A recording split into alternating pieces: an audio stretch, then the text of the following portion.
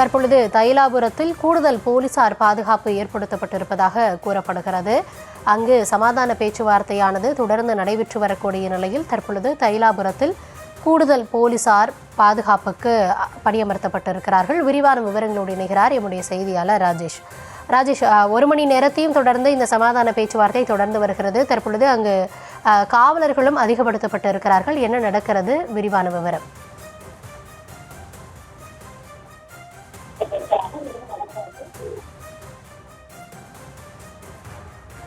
அன்புமணி இன்று காலையிலே சென்று தன்னுடைய தந்தையும் பாமக நிறுவனருமான ராமதாஸை சந்தித்திருக்கின்றார். இந்த விவகாரத்தில் மூன்றாவது நபர் சமாதானம் தேவையில்லை என அன்புமணி கருதுவதாக சொல்லப்படுகின்றது. அதாவது இப்போது தைலாபுரம் தோட்டத்திற்குள் சைதை துரைசாமி மற்றும் ஆடிட்டர் குருமூர்த்தி ஆகியோர் இருக்கக்கூடிய நிலையில் அவர்கள் டாக்டர் ராமதாஸ் அழைப்பின் பேரில் தான் தைலாபுரம் தோட்டத்திற்கு வந்திருப்பதாக தெரிகின்றது. நாம் விசாரிக்கும் போது அந்த தகவலை தான் சொல்கிறார்கள். இது அன்புமணியினுடைய ஏற்பாடோ அன்புமணிக்கு ஆதரவாக நடைபெறக்கூடிய அந்த பேச்சுவார்த்தையோ இல்லை என்று சொல்கிறார்கள். காரணம், நானும் என் தந்தையும் அமர்ந்து பேசினாலே இந்த பிரச்சனை சரியாகிவிடும். மூன்றாவதாக ஒரு நபர் வந்து யாரோ ஒருவர் பேசிதான் இது சமாதானம் ஆக வேண்டும் என்ற அவசியம் இல்லை என அன்புமணி தரப்பு கருதுவதாக தகவல் தெரிவித்திருக்கின்றது. அதே போல இன்று தைலாபுரம் தோட்டம் சென்ற போது அன்புமணியை அவரது தாயார் இன்முகத்தோடு அவர் வரவேற்றதாக சொல்லப்படுகிறது. அவர்கள் உள்ளே சென்ற போது, தைலாபுரம் தோட்டத்தின் உள்ளே சென்ற போது டாக்டர் ராமதாசும் அவரது மனைவி சரஸ்வதி அம்மாவும் இருவரும் அந்த உணவு மேசையில் அமர்ந்து கொண்டு அவர்கள் காலை உணவு சாப்பிட்டுக் கொண்டிருந்ததாகவும், அந்த நேரத்தில் அன்புமணியும் அவரது மகளும் உள்ளே சென்றதாகவும், மூன்றாவது மகள் சங்கீத்ரா, அவர்கள் இருவரும் உள்ளே சென்றதாக கூறப்படுகிறது. அவரை இன்முகத்தோடு வரவேற்ற சரஸ்வதி அருகில் அமர வைத்து அவரை சாப்பிட அழைத்ததாகவும் சொல்லப்படுகின்றது. பிறகு அந்த அறையினுடைய கதவு பூட்டப்பட்டதாகவும், வெளியில் இருந்தவர்கள் யாரும் அவர்கள் உள்ளே என்ன பேசிக் கொள்கிறார்கள், உள்ளே என்ன நடக்கிறது என்பது தெரியாத அளவுக்கு இருந்ததாகவும் தான் சொல்கிறார்கள். ஆனால் மீண்டும் அவர்கள் வெளியே வருவதற்கு கதவுகள் திறக்கப்பட்ட போது தாய் மற்றும் தந்தை இருவரிடமும் பேசிவிட்டுத்தான் அன்புமணி வெளியில் வந்ததாக அவர்கள் வீட்டிற்குள் நேரில் பார்த்தவர்கள் தகவலாக நம்மிடம் சொல்கிறார்கள். எனவே இந்த விவகாரத்தில் ஒரு 40 நிமிடங்கள் இந்த சந்திப்பு நடைபெற்றிருக்கக்கூடிய நிலையில் அன்புமணி தன்னுடைய தாய் மற்றும் தந்தை இருவரிடமே பேசியிருக்கின்றார். தன்னுடைய தந்தை கோபமாக இருப்பார் என்று தெரிந்துதான் அவர் முதலில் தன் தாயிடம் பேச்சை ஆரம்பித்து பிறகு தன்னுடைய தந்தையிடம் அவர் பேசியதாகவும் உள்ளே இருந்தவர்கள் தெரிவிக்கின்றார்கள்.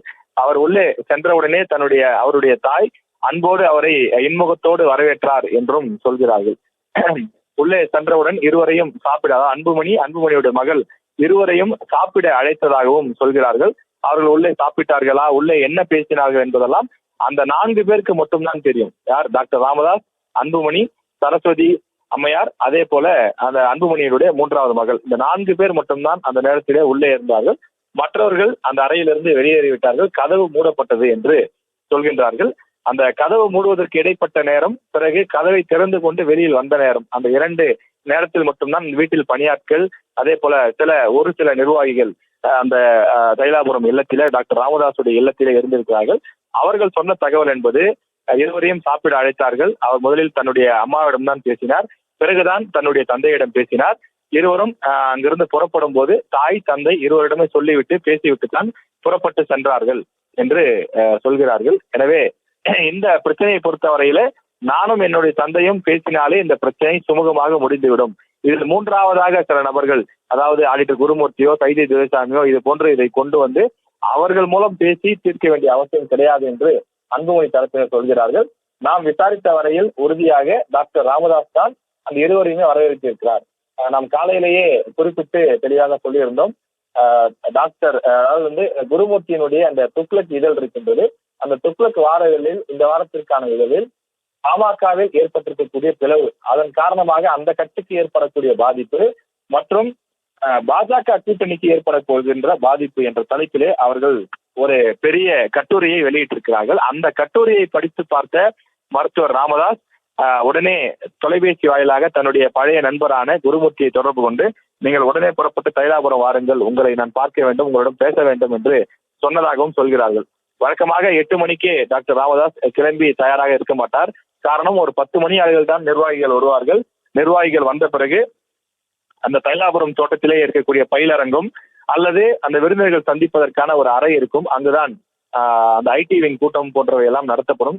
எனவே அந்த அறைக்கு வருவார், அங்கு விருந்தினர்களை சந்திப்பார். தினசரி தன்னை சந்திக்க வரக்கூடிய கட்சி நிர்வாகிகள், விருந்தினர்கள் ஆகியோரை அங்குதான் சந்திப்பார். எனவே ஒரு 10 மணிக்கு மேல் தான் அவர் கிளம்பி தயாராக இருப்பார். ஆனால் இன்றைக்கு அவர் காலை 7:30 மணியிலிருந்தே கிளம்பி தயாராகத்தான் இருந்தார் என்றும் சொல்கிறார்கள்.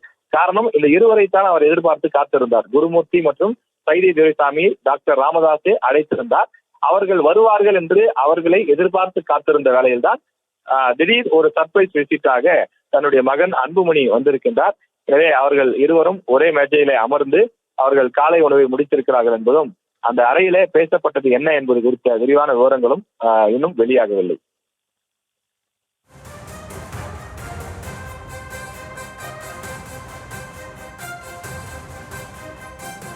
தொடர்ந்து இந்த சமாதான பேச்சுவார்த்தையானது ஒருபுறம் தைலாபுரத்தில் நீடித்து வருகிறது. இந்த தருணத்தில் அங்கு என்ன நடக்கிறது என்பது குறித்தான விவரங்களை வழங்கினார் எம்முடைய செய்தியாளர் ராஜேஷ். தற்போது விவரங்களுக்கு நன்றி.